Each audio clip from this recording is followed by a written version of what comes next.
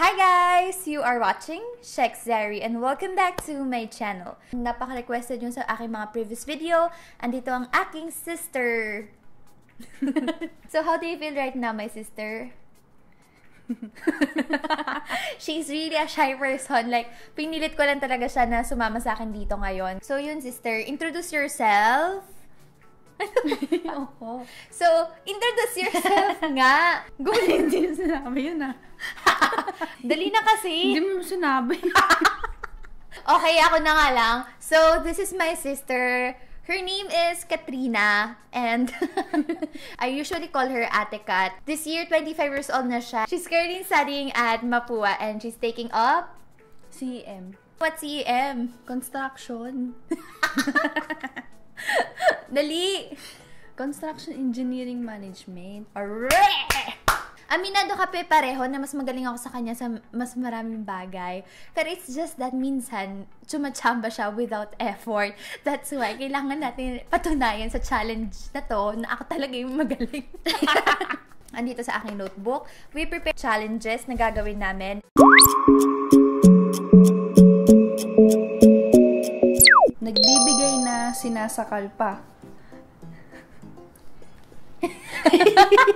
Nagbibigay na, sinasakal pa. So, paano sinasakal? Ginaganon, pinipiga? Nyog!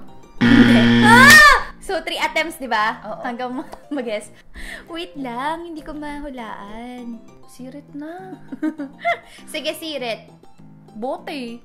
Huh? Bote? Nagbibigay na siya ng tubig. Eh, ba't hindi ko naman siya sinasakal, ah? O, kalma lang ako, o. Ako sinasakal ko. Okay, so talo ako kasi mali yung question mo. Ako naman, magtatanong ako sa'yo. Kadaldalan nito ay di nahihinto. Dapat patayin upang maglaho. Radyo. Nakakainis! Sakit. Hindi ako makakapayag.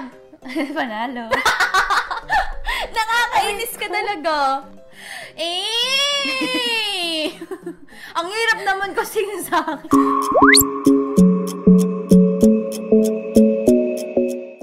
So, ayan. I'm calling my brother. May inis to sa atin.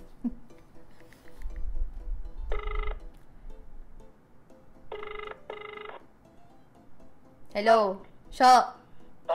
Ibebenta na daw yung kotse mo. Wala. Ngayon na ibebenta yung kotse mo. Hindi, wow.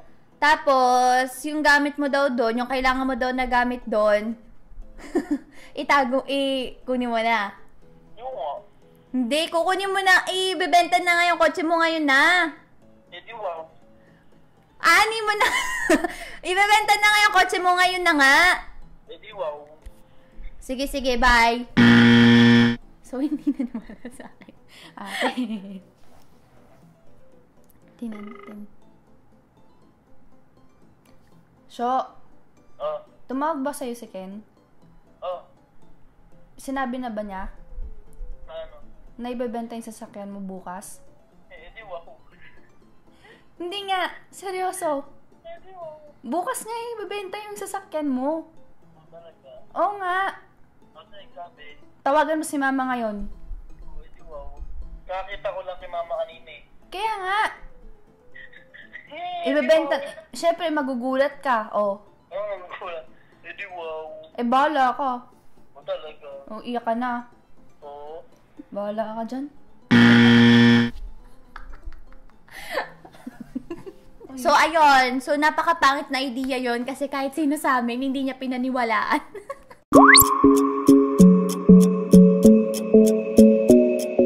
The next challenge, ang gagawin natin ay Kakainin ng buo ang donut. ito ang akin. Then, kuha mo na yung sa'yo. Ayan. Grabe naman. Yan yung gusto Avocado ko eh. yan. O, sige, palit tayo. O, sige, wag na. Okay, go. Wala pa nga. O, tingnan mo, kinagat mo na. Ito lang eh. Ako rin. In 3. In 3, 2, 1, go.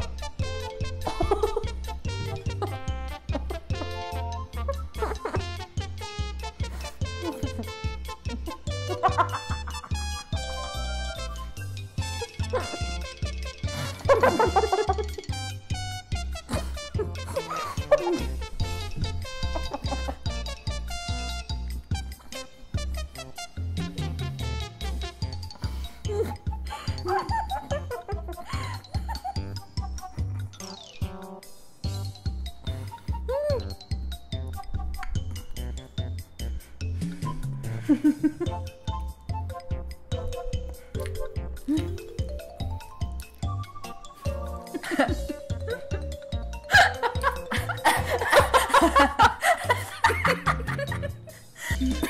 na una. Ako na una. Tubig. Ay ko. Sorry, tubig. Tubig. Ako na una. Ako nga na una eh. Ako na. So, ang hirap ng challenge na yun. So, sa kanyang kotse po yung ibebenta. Sobrang hirap ng kumain ng donut na isang subuan lang siya. Sali niyo ako, donut pala yun. Wala na, ubos na. Hindi nahihirapan. So, yun guys. So, nanalo na naman siya. Nakaka 2 points na siya. Ako talaga yung mananalo dapat. Nakita niyo, sobrang lapit na ako yung unang lumunok. Pero mas malaki yung lalamunan mo.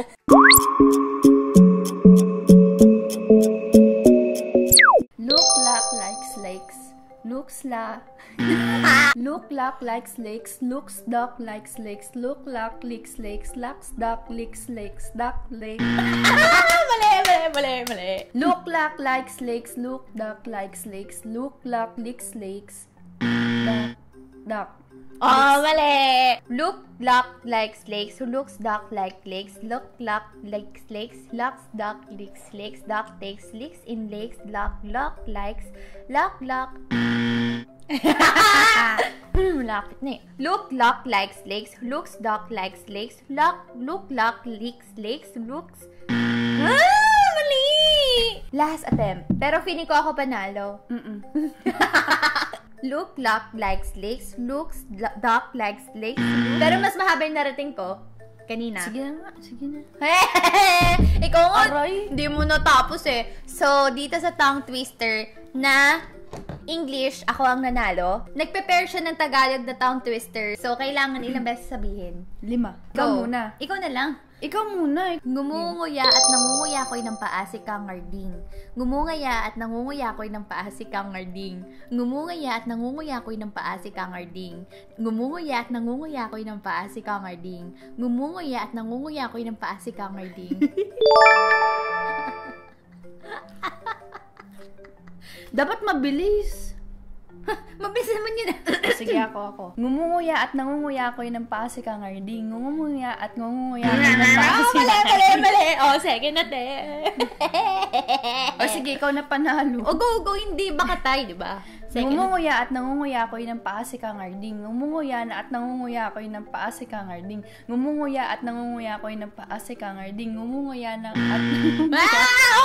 Mali. Oh, last attempt. Okay, go.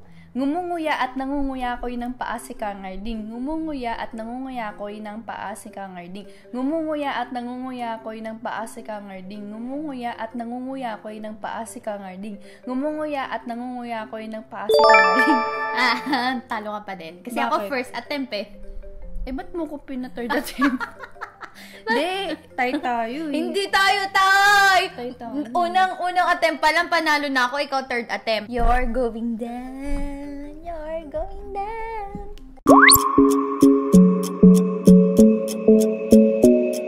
So ngayon, naghanap kami ng mga hard questions sa internet and titingnan namin kung sino ba sa aming dalawa yung magaling manghula when it comes to multiple choice. So ngayon, nagprepare ako sa kanya ng tanong and siya rin nagprepare sa akin ng tanong. Titingnan namin kung magaling ba kami manghula, okay? So tingnan natin kung sino una mag-a-ask. Pick, pack, boom. Pick, pack, boom. Ito, pagalingan na lang manghula. Which king was married to Eleanor of Aquitaine? Letter A, Henry I. Letter B, Henry V. Letter C, Henry II. And letter D, Richard I. Henry II.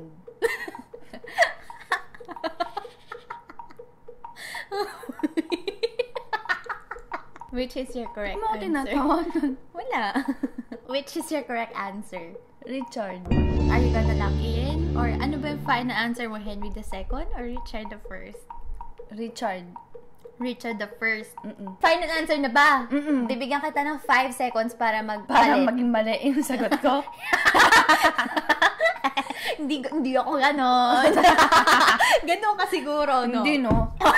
Sure na ako doon. Okay, ready? Get set, go. 5, 4, 3, 2, 1. What's our Richard final answer? nga. I'm sorry to say, but the correct answer is Henry II. Binibigyan kita ng time para magpalit ng answer kasi I think na sobrang nakakasama siya ng loob. Pero, Nakakainis ka talaga. hindi. Sige, Kasi sabi ito, ko palit. ito. Hindi, madali lang to eh. Okay, baka kaya ko siya. Physics to, physics. Ah! What physics? Pinakamahina ko sa physics at geometry. Ako din naman eh. Ba't nag-engineering ka? Okay. Okay. Which of the following is not the fundamental force of nature? Ah! A. Weak nuclear force. B. Strong nuclear interaction. C. Cohesive force. D. Electromagnetic force. I think letter D. Electromagnetic force. Okay, letter B. Letter D na lang, electromagnetic force. Sure na yan? Sure. The correct answer is cohesive force. Walang tama sa dalawa. So, sa galing manghula, parehas kaming hindi magaling manghula.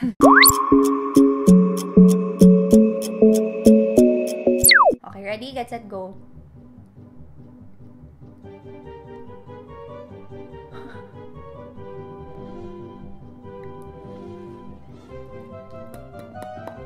So, titignan na namin yung ginawa namin. Tingnan natin kung sino mas magaling.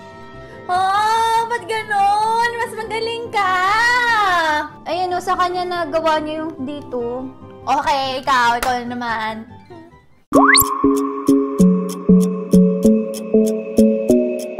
Now, mag-pick-pack boom tayo. Sino mauna? Pick-pack boom!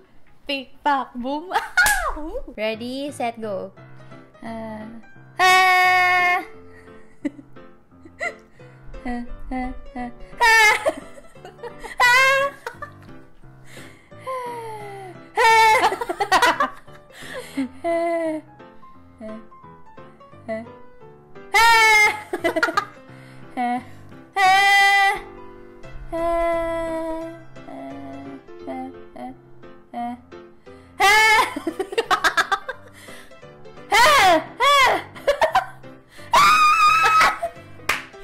Tananan. 22 ka. Ako. Now my turn. Wala. Huwag ka tanong. Ha?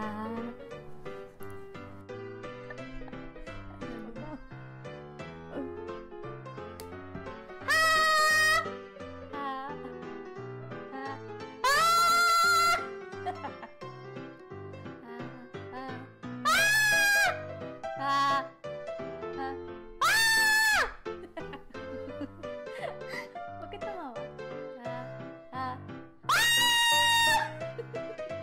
Para sa mga nagsa...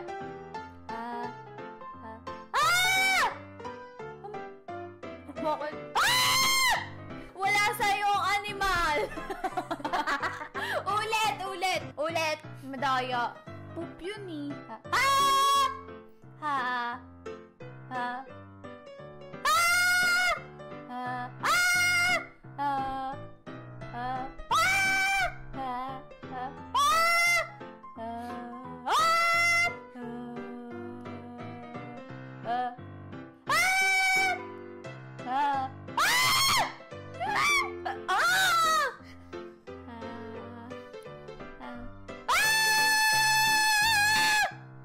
Panalo. Daya mo kanina 17. Hindi! Ano?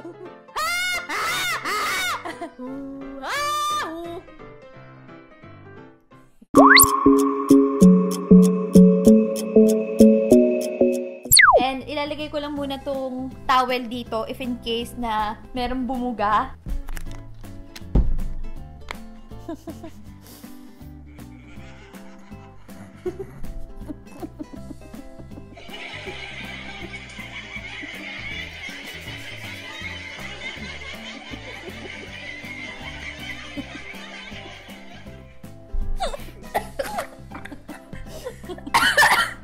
Hindi ko... Wisit!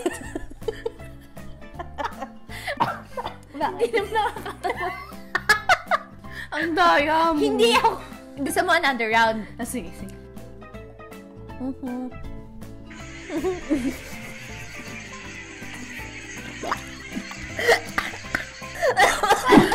Sige, walang panalo kasi tie kaming dalawa. And, ayun guys, we are equally good sa different aspects of our lives. Walang masigit sa amin kasi we are both magaling in our different ways, tama?